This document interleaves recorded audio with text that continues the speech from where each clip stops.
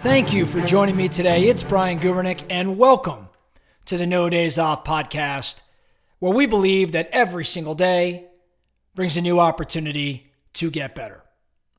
Let's get into it. Today, I want to talk about failing to evolve, failing to adapt.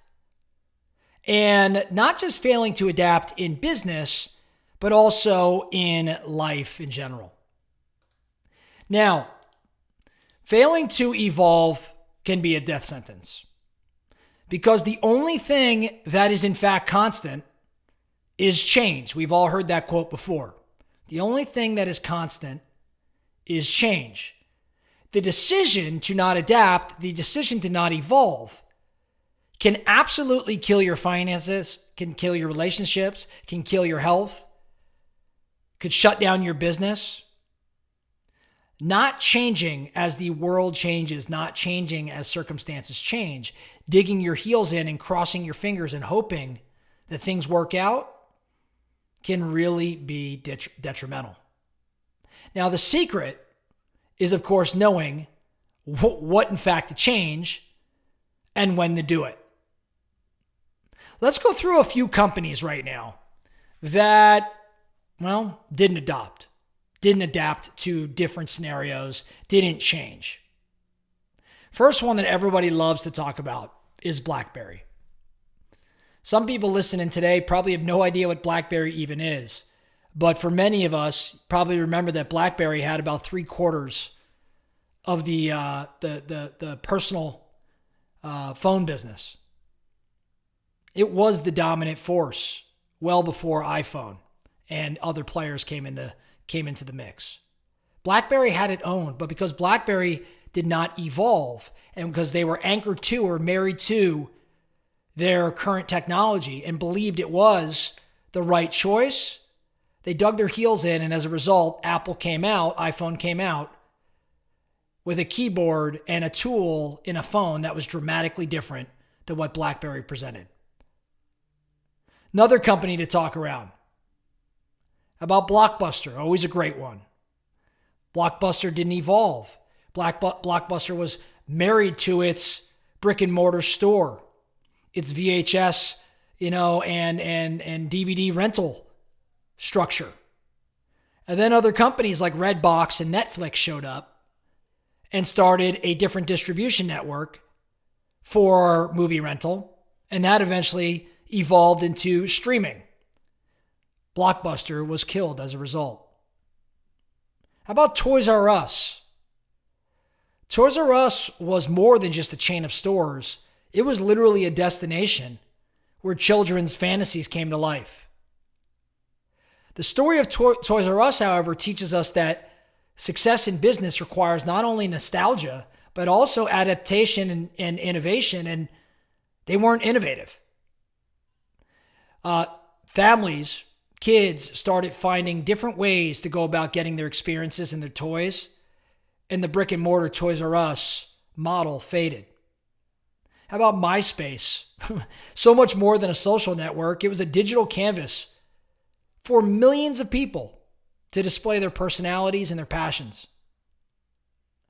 But even pioneering platforms have to continually innovate to stay relevant.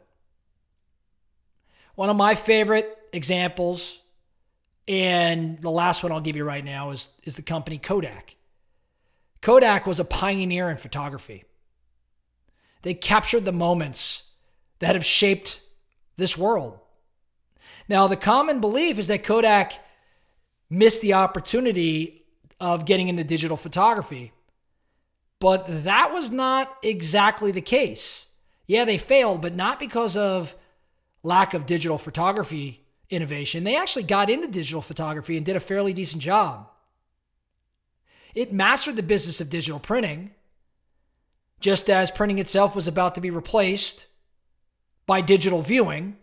And the mistake that they made was the screens of digital viewing on an iPhone replaced photo paper, smartphones replaced photo albums, social media posts replaced duplicate prints, and as a result, Kodak's world came tumbling down. So basically, Kodak had evolved, but did not see what many would have said to be, impossible to see. And they just missed the mark. And as a result, things came tumbling down. So I'm sharing these examples because I want to follow that up with some questions for you. And I want you to take a step back and reflect on your world right now.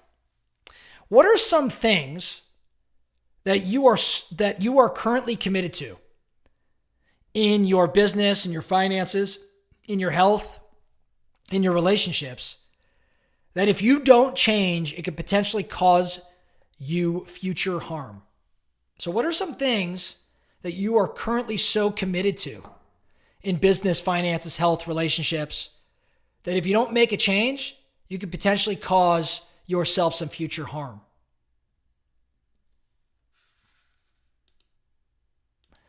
How specifically could these things cause harm?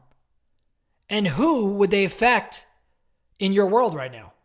So how specifically could these things cause harm, and who would they affect in your life right now?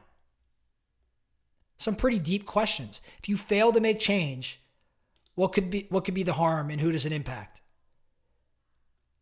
Last question for you. What are some alternative paths that you could adopt and adapt to that would help you avoid harm?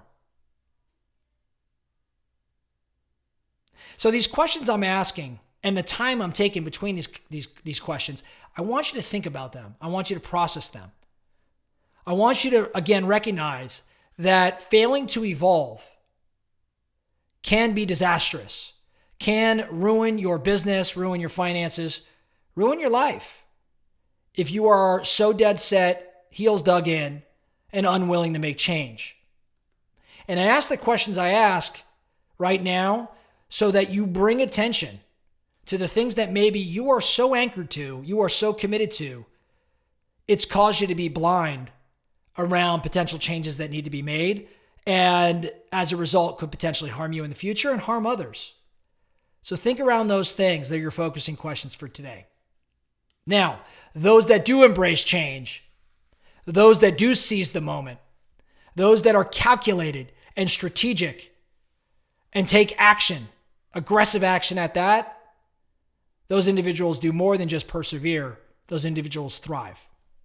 Here at the No Days Off podcast, I want to see all in our nation thriving. That's all we have for today, the No Days Off podcast. Thank you so much for listening. And remember, every single day brings a new opportunity to get better. So let's get after it.